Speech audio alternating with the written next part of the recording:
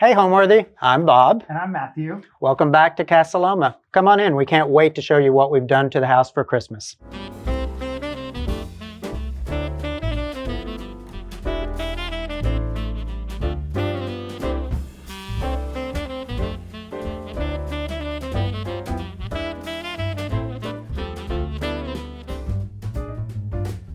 This holiday season, get ready to unwrap the most magnificent holiday homes with Homeworthy's 25 Days of Christmas. For the month of December, we'll take you inside the most heartwarming houses, decked out for the holidays in true festive fashion. From twinkling lights and elegantly trimmed trees to sparkling ornaments and cozy holiday charm, these homes capture the warmth, wonder, and beauty that make this season so special. So join us as Homeworthy celebrates 25 Days of Christmas. The magic starts now. Raise your glass. Cheers! Merry Christmas! Happy holidays! You're watching Homeworthy, where we believe every home has a story. I'm Bob Gibbs. Welcome back to Casa Loma. I am a regional director for a large insurance corporation. And I'm Matthew Wilson. Welcome back. I work for an import furniture company based out of San Francisco and manage their regional showroom. We're in Dallas, Texas, and we're close to White Rock Lake, which is a large natural park in Dallas. We're about 5 minutes away from the lake, and the area is a cluster of traditional homes of Tudors, Mediterraneans, and then the newest addition to the neighborhood are teardowns of big white modern farmhouses. So we got a lot of everything in this neighborhood.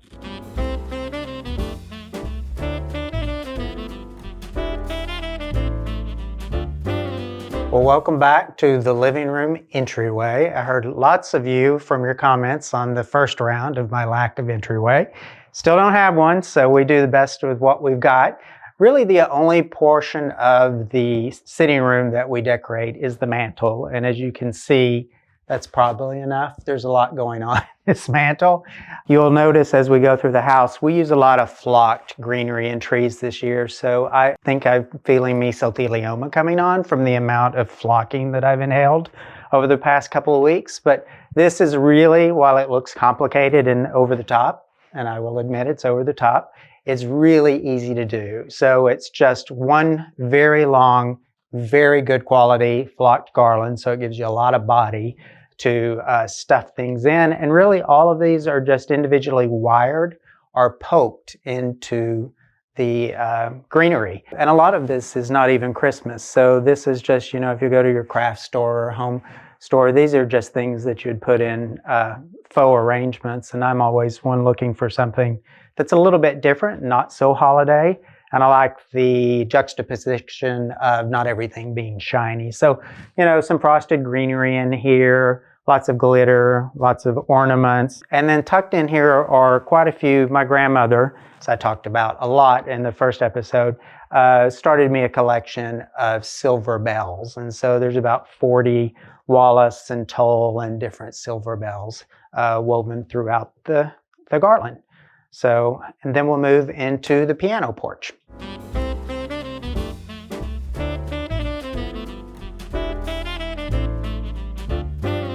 All right, we're back into the music room, or as I affectionately call it, the piano porch. And I'm a big fan of tabletop trees. So if you haven't tried one, you should really do yourself a favor and try one.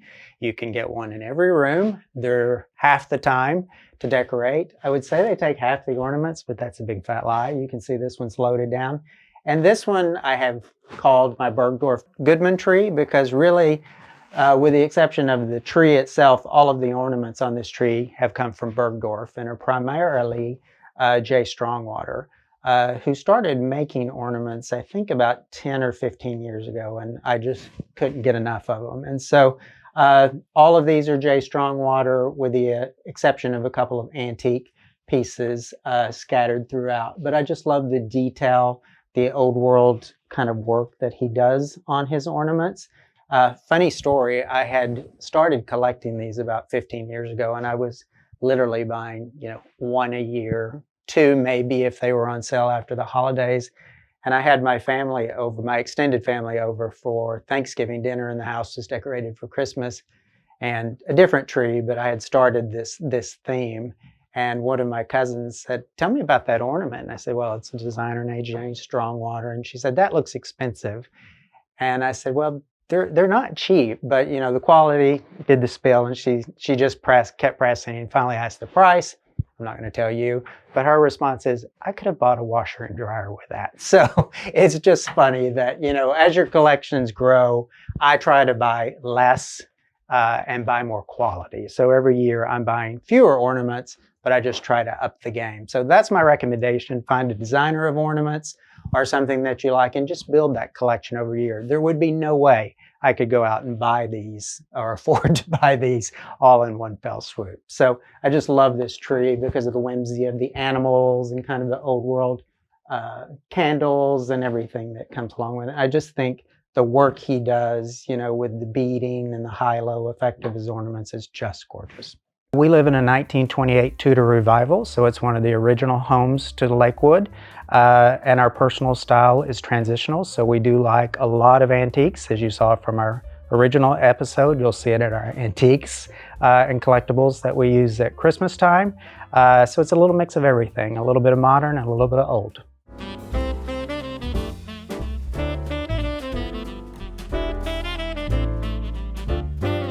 Welcome to the dining room. With every collection, we try to reinvent it every year. This year, we opted for most of the primary spaces to be with flocked greenery. This is a beautiful flocked 7.5-foot tree from Porch View Home. Porch View Home, last year I came across them when we purchased the family room tree. And one thing with these collections is that they're very heavy. All these beautiful Polish glass ornaments have a weight to them. And for years, I always enjoyed using a fresh tree, but fresh trees don't typically give the rigidity that's needed for a collection of this size and have it decorated at this density. We paired it with a gorgeous Chinese urn that yet again came from the family room. We decided that the tree needed to be bigger, taller, and more extravagant. And so then it gives it a little bit of lift. It makes it not look so aggressive on the floor, but it's a really beautiful, beautiful trick to use what you have and then also finish the tree off. Years ago, especially with all these great Christopher Radko, years ago in college, I worked for a wonderful store. And we were, in those days, Starlight dealers were a big thing for Christopher Radko. And we were a Starlight dealer in Oklahoma City. And I really started to hone in on things that I loved. And all these great Santas. This collection is a combination of both Bob and I's collection on the flocked. We have our little Mabel, our little miniature dachshund here. She's not Christopher Radko, but she's pretty special. And then we've added over the years, you know, the ribbon, the poinsettias, everything that helps tie the tree to the room. I'm not a firm believer in that your tree has to match your room, but I do believe that there should be an element that coordinates the room to the tree. Hence, we added this gorgeous cinnamon and chocolate and gold ribbon, which also communicates back through all the furnishing and all of the upholstery in this room. Favorite ornament on this tree for me would be, we've got two different ones. We've got a great Strongwater dove here, which I absolutely love. I love the colors. And then I love all these great, like this Patricia Breen Peacock Santa. She is just so beautiful.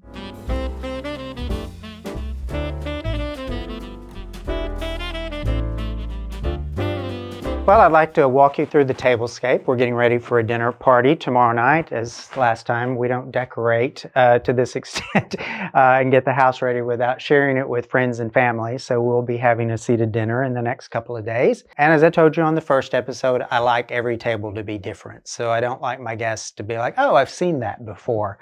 It's getting to be challenging after a couple of years. So we'll either have to keep buying or recycle and hope their memory's not so great. So this year for the holiday table, I had this skirt made. I wanted a more tailored tablecloth that extended to the floor with the inverted box pleats in the middle, whereas when people sit, it gives a little bit of give where the whole tablecloth is not creasing under.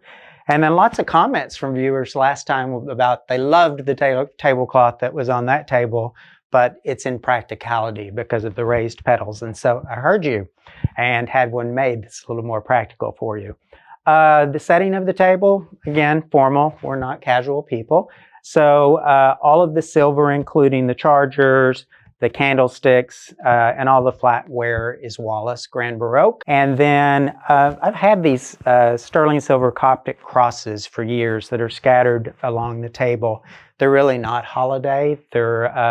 I bought them in Santa Fe, so they're really more casual, just decorative. I've never used them other than holiday. I think they make a nice addition to the table or a mantelpiece. So you'll see them scattered through the table. And then the settings themselves, I like to mix the china where I can, where everything is not so matchy-matchy. So we have, the base, this charger is not Wallace, that is Gorham. And then the dinner plate is Lenox. And then the salad plate is Fitz and Floyd St. Nicholas, which I'm not sure they make that anymore. And then this table can get a little busy quickly. And so I just went with simple archival Fostoria with gold wind glasses, and then just a little bit of shine with the ribbon throughout the table. So we like it. And then for the flowers, I wanted something a little more Della Robbia. So mixing the roses, the hydrangeas, the fruits, and the sugared fruit. Just thought it kind of elevated the table a bit. And then just to add a little bit of extra fun, added wreaths to the back of the chairs. These could not be easier. These came from Hobby Lobby. I think they were $2.50 a piece. A velvet ribbon, also from Hobby Lobby. I think 3 rolls was $5. Couldn't be simpler. Just get you some straight pins, build your bow, and then just straight pin them into the back of the chair. They don't show, and it gives you an elevated view that's fun just for the holidays. All right, so now if you'll follow me, we'll go into the butler's pantry and then on into the kitchen.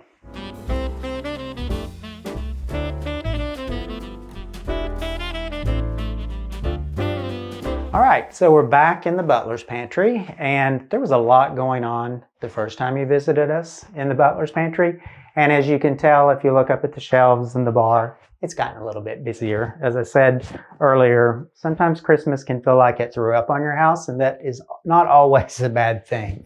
So I just decided, with all this amari that we have in these shelves, that why not, you'll see throughout the house, I like putting Christmas ornaments in bowls and vessels and things. I think it's a really easy way to get some holiday without everything being holiday.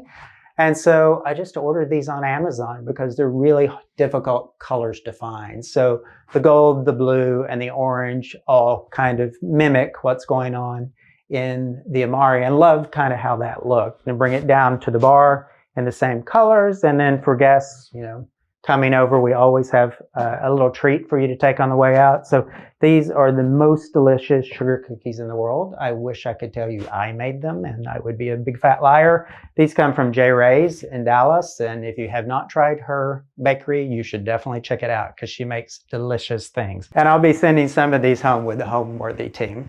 And then also on my marble girl, which I just love, we always just put a little sterling silver placket with a season and a ribbon, just something very simple. I see people put scarves on them, and I thought about this year, but I don't like to copy people. So now if you'll follow me into the kitchen, I'll transfer it over to Matthew, who will talk about the decorations in the kitchen.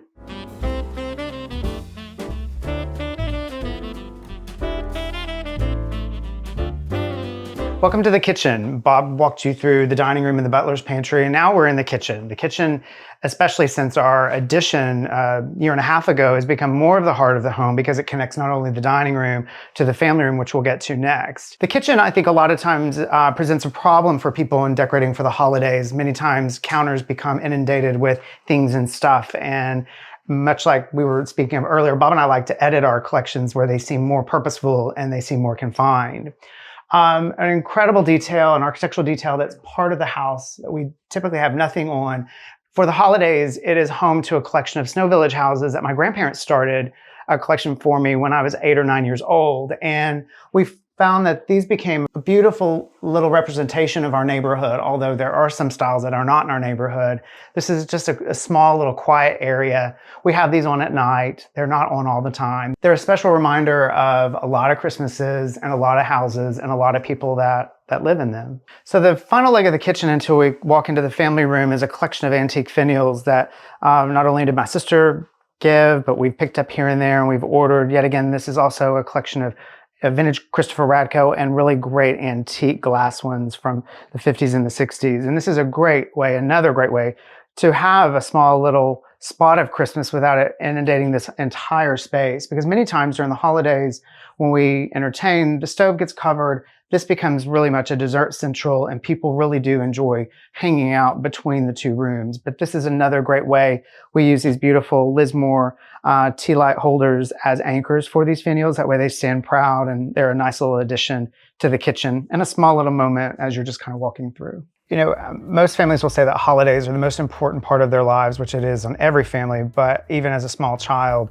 the holidays were always a very special spot. Before Bob and I met, I always worked to decorate my own home, and then as our lives and years have crossed and grown together, it's only expanded and become the treasure that it is, what you'll see today. And then I've been collecting or decorating since I was had conscious thought. My mom always included us in decorating, and she was a big believer of not tacky Christmas. And I don't mean to offend anyone, but she had very stylized Christmas, but included us in the decorating with very specific instructions. So she taught us well. And then I started collecting ornaments when I was about 9, and have continued that collection 51 years.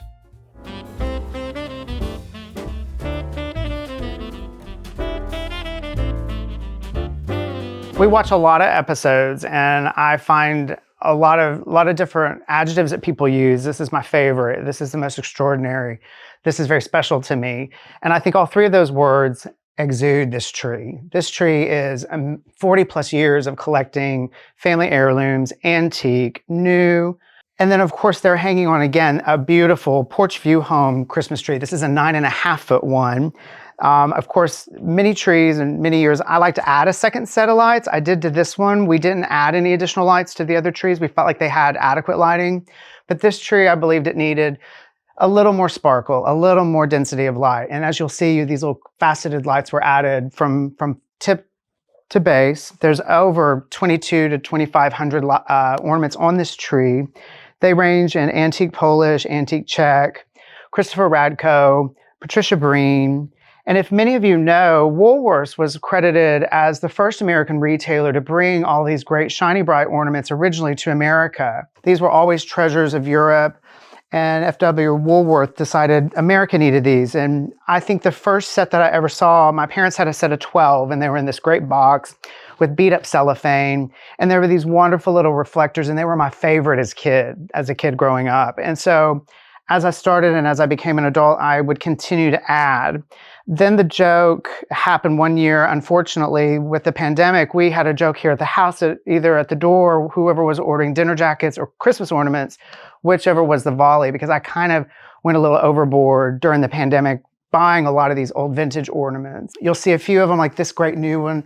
Christopher Radko started a new company called Heartfully Yours. This is a beautiful hand-painted, hand-glittered, and hand-crystalled ornament. I have about a dozen of those, but the primary ornaments on these are either vintage, Christopher Radko, and antique. Of course, last year I added, as we talk about, the collections stay the same, but we try to add something or try to make something to elevate or to make it different. These large crystal icicles we added last year. I thought the scale of that oversized icicle really gave it a lot of depth, paired with the little shorter one. Those are very inexpensive and easy to add to any tree. I think with a tree this size and with the density of what's on it, you just have to have a little bit of patience and have to understand that what you start, you have to finish. And so in this room, we set up a 10-foot church table in the middle of the room, and about 35 to 40 Rubbermaid tubs come out of our attic, and they all get organized on the table, and one by one, ladder here, ladder there, the tree gets finished, which takes better part of a full Saturday, a Sunday afternoon, and then I work on it this year I worked on it about a little bit of 5 evenings during the next week. And then finally I said, Uncle, that was enough. Then we topped it off with these great antique clip candles. I think they're really great. I think they add a lot of dimension and a lot of geometry where everything is not just hanging straight down. And also the whimsy of everything. This octopus Bob gave me one year for Christmas. There's just something for everybody to look at. I love this black nutcracker. My mom gifted that one year. There's a couple Santas on here that Bob's mom gifted us as well. I just think, a family tree should be filled with all these great memories and a little bit of whimsy. And it does make the whole room sparkle. The one thing that I attribute and give a big compliment to my other half, Bob, is he is a huge proponent of change and a huge proponent of let's try something different. I personally like to set a space and live with it for a little bit, and he always pushes me outside of my comfort level that we could do this or we could do that, and then we start thinking about it. These chairs, you'll notice, are different. We had an antique pair of English chairs here before. They really just were very impractical, although they were covered in that wonderful period jacquard tapestry. These are much more comfortable, and they actually allow people to sit in instead of perch on. These are a gorgeous cut velvet, ebonized mahogany from Taylor King. Taylor King is an American-based company out of North Carolina. They make an extraordinary upholstery line. I've used them several years over the years where I've worked, and they actually help balance out a lot of the scale of the room.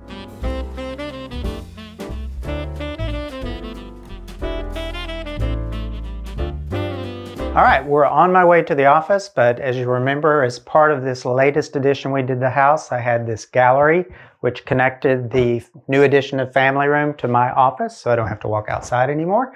Of course, these guys live in the family room when we don't have Christmas trees up, so they're out here temporarily. Those were inherited from my grandmother last year. And then we have a nativity scene, and I am not a nativity scene fan, but I was in an estate sale and found the Holy Families, so Jesus, Mary, and Joseph, and thought, oh, that might be pretty somewhere at the holidays. So I bought that, and then, of course, discovered this is beam porcelain, which I'm not sure they make beam, but very fine porcelain, and have slowly filled in the other. I like it because it's blanc de chine, so no color, lots of great detail.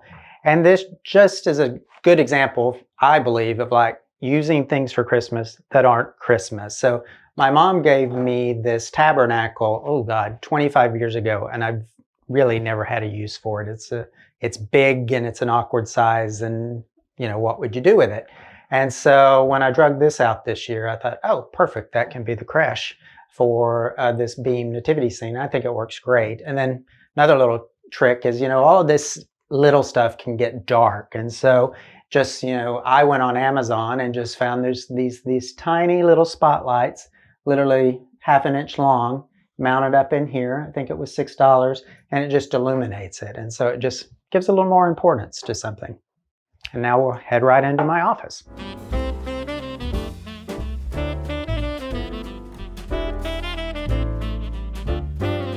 Well, welcome to my office. We didn't get to see this room on the tour last time, and I feel incredibly fortunate. I work from home, and of course through COVID, everyone worked from home, but it is such a nice luxury to have a dedicated office. This is also somewhat separate from the house. Until we did the addition, it was completely separate. I walked across the yard to come to work every morning, which is fine until it's 12 or rainy or whatever it will do in Texas. So now the gallery connects the two, so I never have to leave the house to come to work. So very convenient. This, I thought, I'm a big proponent, as you heard from the first episode, of like continuous color in the house and like adding an accent color. So flow through of color. I broke rules in this one. I just decided this is work, and it's going to be a completely different color story. So it is in my mind, when I open that door, I'm coming into a new workspace. So all blue and white in here. And funny, I don't really like blue-white. I didn't, now I do, until about 3 years ago when I started working on this room. So this was originally a bedroom for guests, and then I took it over as my office. Funny story, there used to be a bed back in this area, table and chairs here, and then a sofa and a pair of chairs. And I had an employee over one day, and we were going through some spreadsheets and some proposals we were working on, and she got up, and she's a dear friend, so got up from the chair and like threw herself on the bed, spread out her laptop. And in my mind, I was like, bed goes tomorrow. And it did. So reconfigured this more as office. So now if I have a team that needs to come over to discuss a project they're working on, I can set 4, I can set 8, we can have lunch, we can work all day in here very comfortably. So really happy with how this room turned out. Art on the wall. I talked about this artist in the first episode, and you saw her work going up the stairs, Carmen Menza. This is one of her larger installation pieces, which I just love. And then the back wall here, I was at our favorite antique store, Nick Brock in Dallas. You should go visit Nick if you've never been to his shop. It's museum quality stuff that is just mind-blowingly beautiful. And he had an installation of these Italian brackets and these faience animals. Now, the pricing was well beyond Bob's means. And there was a reason for that, you know, very fine porcelain and much better brackets. But I thought, you know what, I can take that and I bet I can replicate that for not that much money. And I came home, got on eBay, and in 2 days, all of these were purchased. And in a week, they had all arrived and all went up. So, you know, you can see something and there's high, low. So, you know, even if you can't afford something in the shop, you might get an idea. So look around and take your cues from there. I'm out here a lot. Matthew can attest, you know, he'll come home, I'll be out here working, he'll cook dinner, I'll come back and work some more. So I wanted this space to have a holiday feel as well. In years past, I've always done a tree right here in front of this mirror because I sit here, laptop up, camera, you know, and catches the tree. And this year I thought, you know, let's do something different. We got these really great Chinese containers last year and really haven't found the right place for them as of yet. So, you know, why not stick a Christmas tree in them? And even better, why not stick 2 Christmas trees in them? So for balance in this room, I did 2 Christmas trees. These trees could not be easier. If you don't think you can decorate a Christmas tree, you're selling yourself short. Now I'm going to give you a tip, and Matthew didn't give you his tip in his other 2 trees. Normally when you look at a tree, it's in front of a window or there's a light source behind it and you can see through the tree. I hate that. It makes the tree look not full. You see, especially on an artificial tree, you'll see the armature sometimes. And so we stuff these, all of our trees. So if it's a green tree, it will get stuffed with more greenery. It will get stuffed with tacky glitter tinsel because when you stuff it in there, the light just catches it behind an ornament and gives you a little twinkle. So this one has, and you'll see it in another tree, this just has batting that you would use to make quilts, and it is just stuffed into this tree so you don't see through the tree to the back wall. So it makes them look very full for really no money. I think a bag of bunting is about $5. And then the rest of these, I'm going to give away my secret. I didn't have these trees out here, and so I just thought, well, I'm going to put up some trees this year. There are a couple of handmade ornaments on here. The rest of them are shatterproof, which is our new fancy way of saying plastic. So there's a lot of shatterproof on here. But, you know, you can't help yourself. There's some J. Strongwater, some old diorama ones from Germany. So, you know, again, you can build your base out of something very inexpensive and then just layer on a couple of your more special pieces. The theme of our collection stays the same every year. It's very traditional, but every year we do something slightly different, either placement of trees, what ornaments go on what trees in what rooms. But I would call this a very traditional Christmas. And many of the things stay the same. So the family tree behind us is a little bit of J. Strongwater, lots of Christopher Radko, and then vintage German, Czech, and Polish ornaments that we collect throughout the years. So this year, you know, we did change up some trees. Some trees are exclusively one designer's ornaments, where you could see it in its totality. So we tried to group the collections this year instead of spreading it through the house.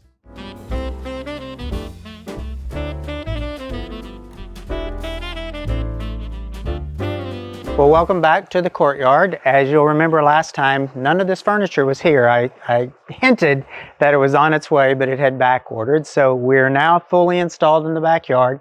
I have to say, you keep coming when the landscaping is not at its best. You came in the winter or early end of winter last time, so not much blooming. And now we're heading into winter again, so not much blooming again. But we decorate outside because during parties, this is a great spillover for people to come out, you know, make themselves at home, bring food, drink out here. So new this year to the patio, all of the patio furniture is Palacheck, outdoor hospitality grade. So if you've not used Palacheck before, you definitely should. This is some of the best teak and woven. You see a lot of knockoffs of this now using the woven and teak, but Palachuk really are the ones who brought this look forward. And I just love the teak, the woven, and the concrete table.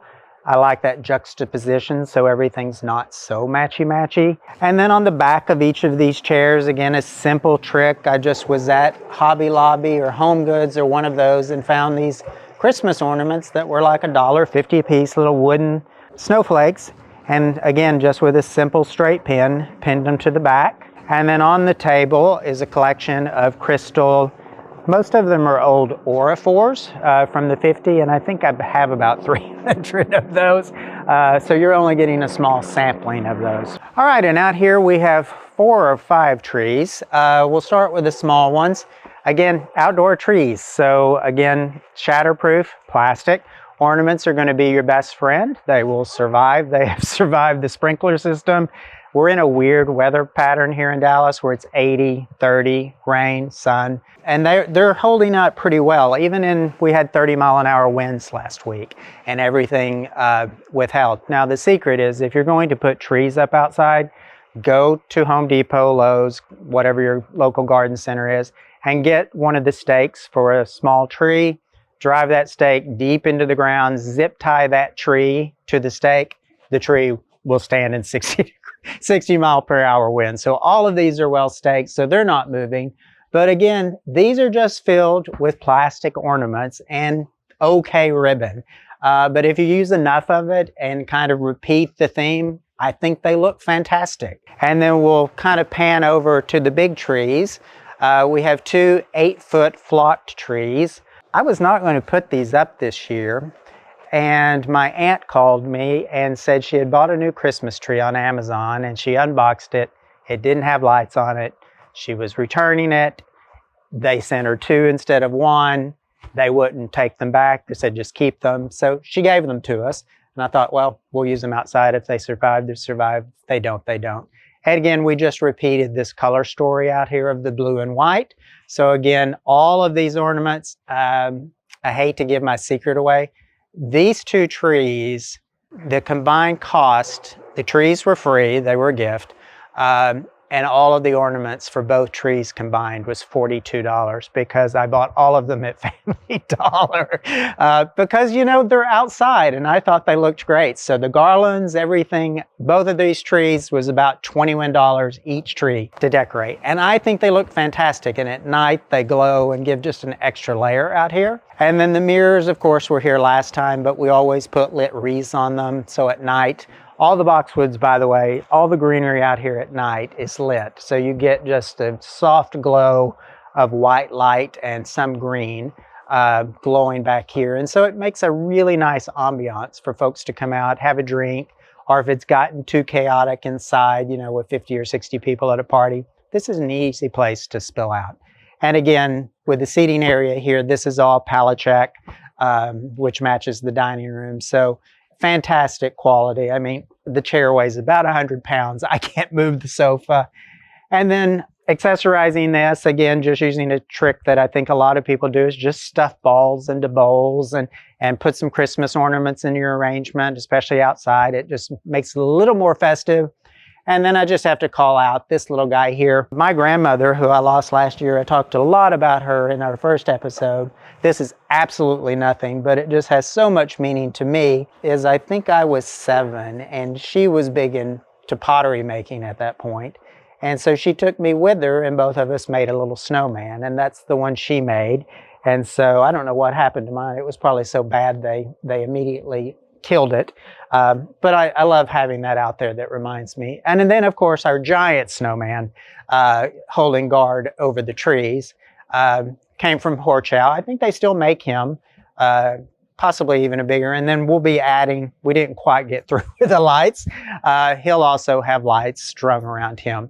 So we're really pleased with how this courtyard came out and like how this blue and white theme lends itself to a holiday party. And then the last thing that we have out here, you know, I talked about before, this Victorian iron plant stand that we had just gotten the last time you were out here. I think it was full of cactus before. So for the holidays, I thought, let's just see if we can make it look like a poinsettia Christmas tree. So that's my attempt at it. I don't think it really quite accomplished it, but it looks okay. So we're super pleased with the backyard.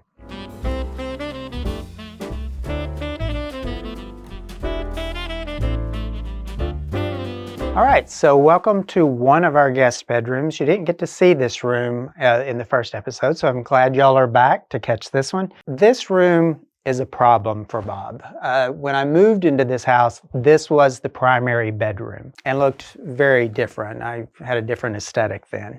The problem is these are 100-year-old plaster walls, and this room particularly cracked every year. And so every year, plasters came out, scraped all the crumbling off, replastered. Next year happened again. It's the hot and cold. And so I thought, I'm through with that. And so I did something that is very out of fashion, which is upholster the walls. So this is fabric on the walls.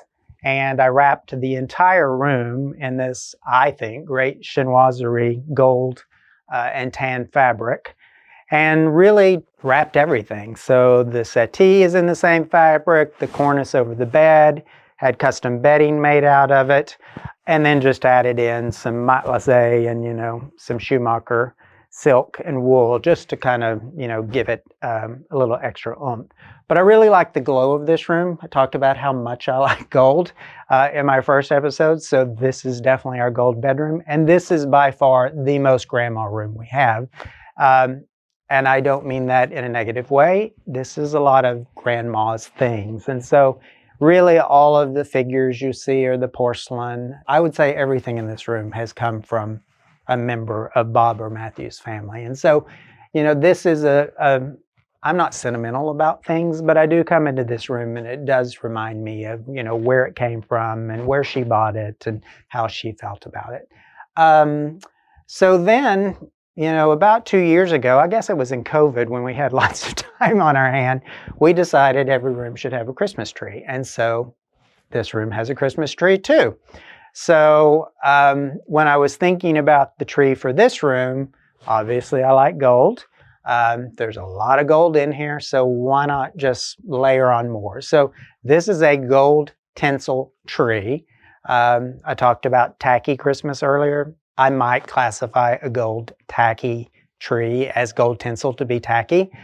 Again, what do you do with it to kind of cut down on that? I think you either go hard and go tackier, or you try to dial it back. And I think I went hard at it. I didn't give this conscious thought, but there's a lot of ornaments on here, and they're a mix. Most of these ornaments are German kugels. So they're very heavy. They're colors that don't read particularly Christmassy. So you get this salmon and this gold, and then lots of gold ornaments, and some chocolate browns, and just a handful of figural ornaments to tie it all together. But I really like how this gives the room some life. It's consciously talking to the space in the room. I don't think your Christmas trees have to match the room. This one definitely does, and I'm pretty proud of it. And then I took the extra step, and if you go down, all of my packages match my tree in this room. So I think that's, if you want to do something just a little more elevated, you can do that with your packages. It's interesting. Inspiration comes from a lot of different directions, regardless whether it's your everyday collections, whether it's holiday. What inspires each individual is very personal. With our collections that we have, they all stem from childhood. They've grown into something a lot more extravagant, but also too, the inspiration from all these beautiful trees are a lot of memories and a lot of family connections and a lot of time gone by and a lot of beautiful memories. Normal Christmas starts the day of Thanksgiving or the evening of Thanksgiving, and normally takes about a week to go up. With Homeworthy coming, I'm going to say it took us about 3 weeks this time. We started early, like everyone in America. I think everyone in America needed Christmas this year because lights are up, trees are up way before Thanksgiving, so we didn't feel so badly. But I think we started November the 7th this year, and we finished last night on December the 2nd. So yeah, a couple of weeks. To answer what's the best part about the decorating experience in the home is the process.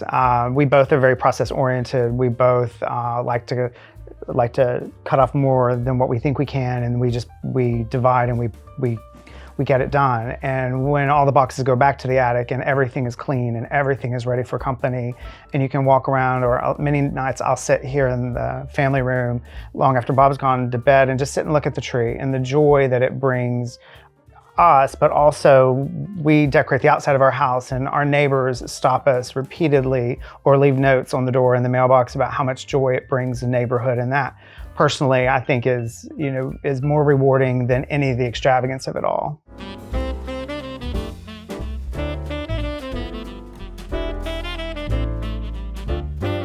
Welcome to our second guest bedroom. In the previous room, Bob commented about the first guest bedroom was the primary when he first moved into the house. And this room occupied our den. We had a great L-shaped sectional in here. We had the TV over in the bookcase. There was a couple lounge chairs, a great oversized coffee table. And this is where Bob and Matthew spent the weekend. This is where we spent the evenings watching TV. This is where we welcomed our little baby girl, Mabel, home. Anytime there was anything, this is where we gathered. The room had light on three sides, big, beautiful windows, and it always was just a great space where you could look out on the backyard, watch some TV, and have a disconnect from the main world on the front of the street. After the addition was completed, this room was then redesigned back into a bedroom as it would have been in the 20s. We decided to do this wonderful pallet jack canopy bed.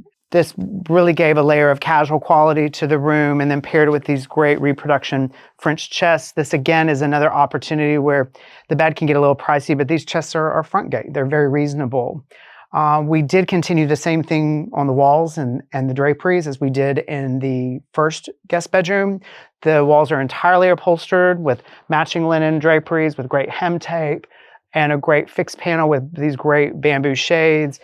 The one thing that we enjoy about the upholstered walls is that it gives a layer of privacy and it gives a layer of peace and quiet. Although the density of the plaster helps, adding a layer of batting and adding a layer of fabric to a room, it really becomes kind of a cocoon, which is great, which is really great.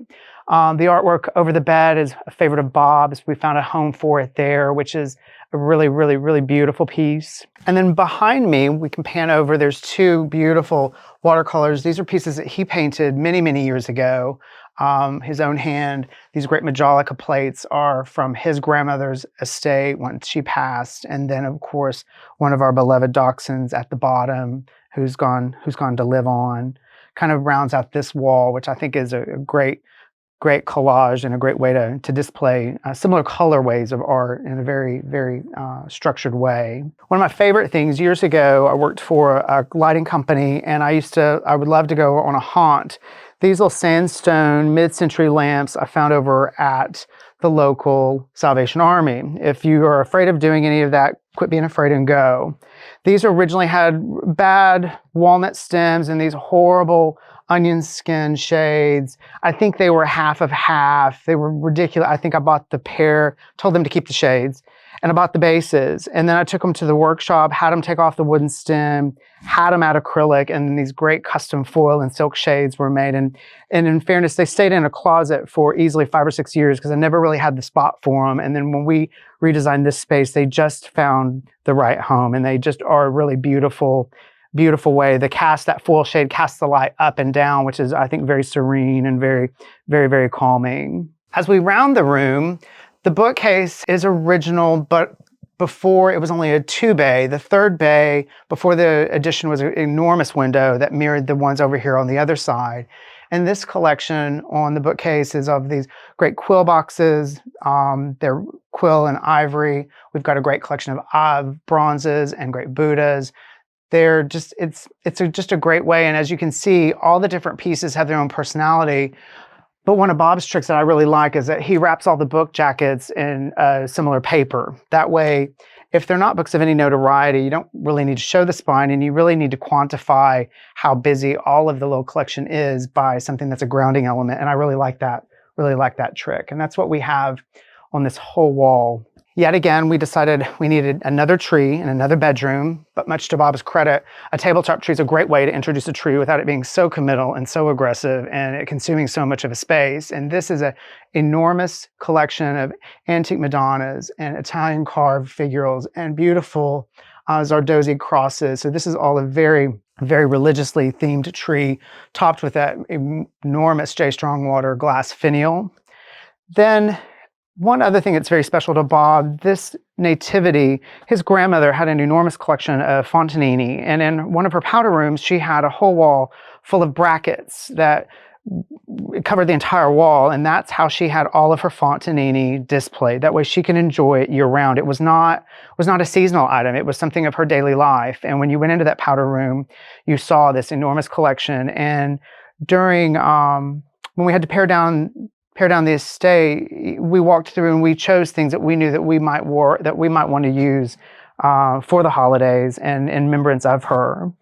And then lastly, great pair to anchor the great Palachek bed of these beautiful Palachek spa chairs in a beautiful Asian cut velvet with a linen ground. I think the cut velvet really elevates the woven quality. Many people think that woven furniture cannot be executed in a very refined way, that it's all super casual and it's only reserved for sunrooms. But I think when you do add a luxe fabric or a great trim, or you pair it with other things that are a little more dressy, it really elevates. And now we're going to walk through the house and we're going to go upstairs to the primary. I think Bob's up there with our little girl.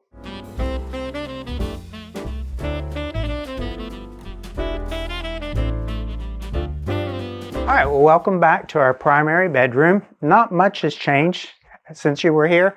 Added, some sparkly pillows for holiday.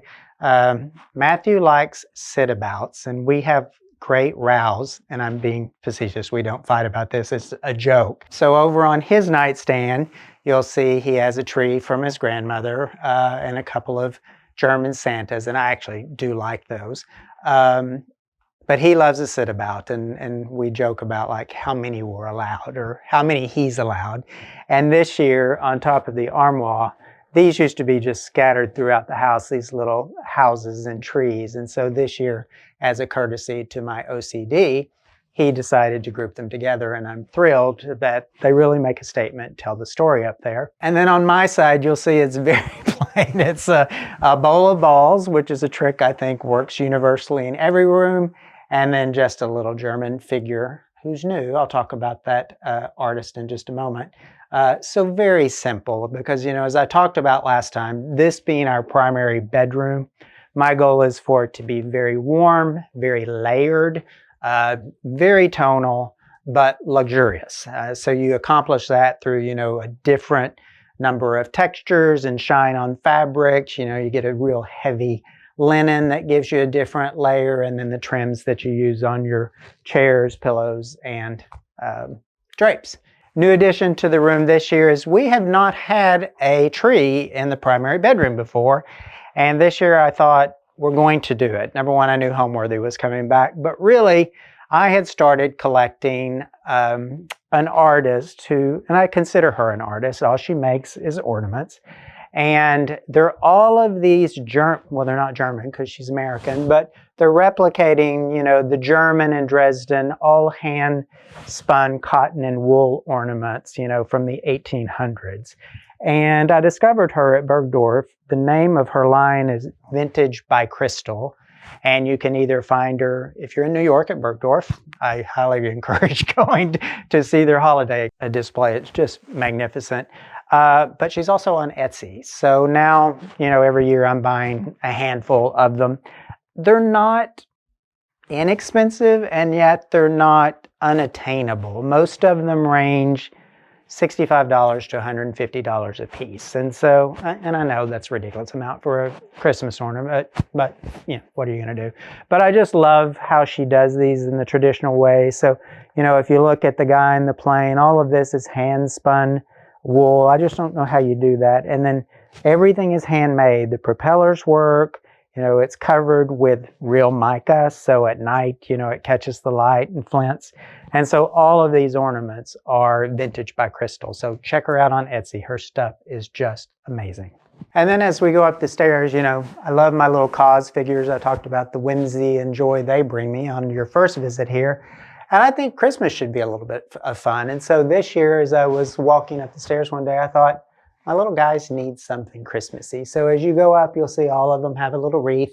Again, it's a little bit over the top for Christmas, but I think it's very quiet. Not very many people have noticed it so far, but it makes me giggle every time I go up the stairs to see them all holding their wreaths. What home means to me, home is a place when the door is closed and it's just the 2 or 3 of you with the dog, with dinner. It's a place of refuge, it's a place of solace, it's a place of comfort, it's a place of safety.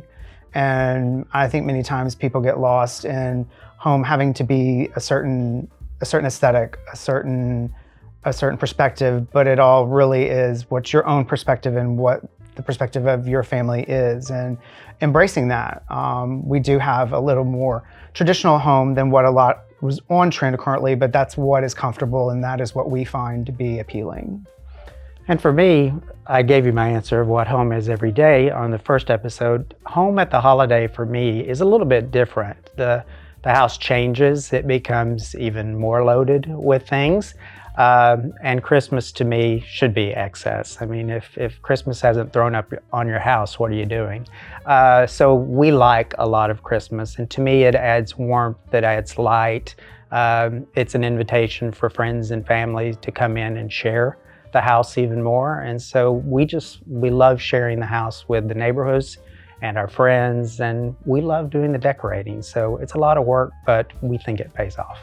And we both operate under the guise of not everything that's fixed in the house requires something of holiday.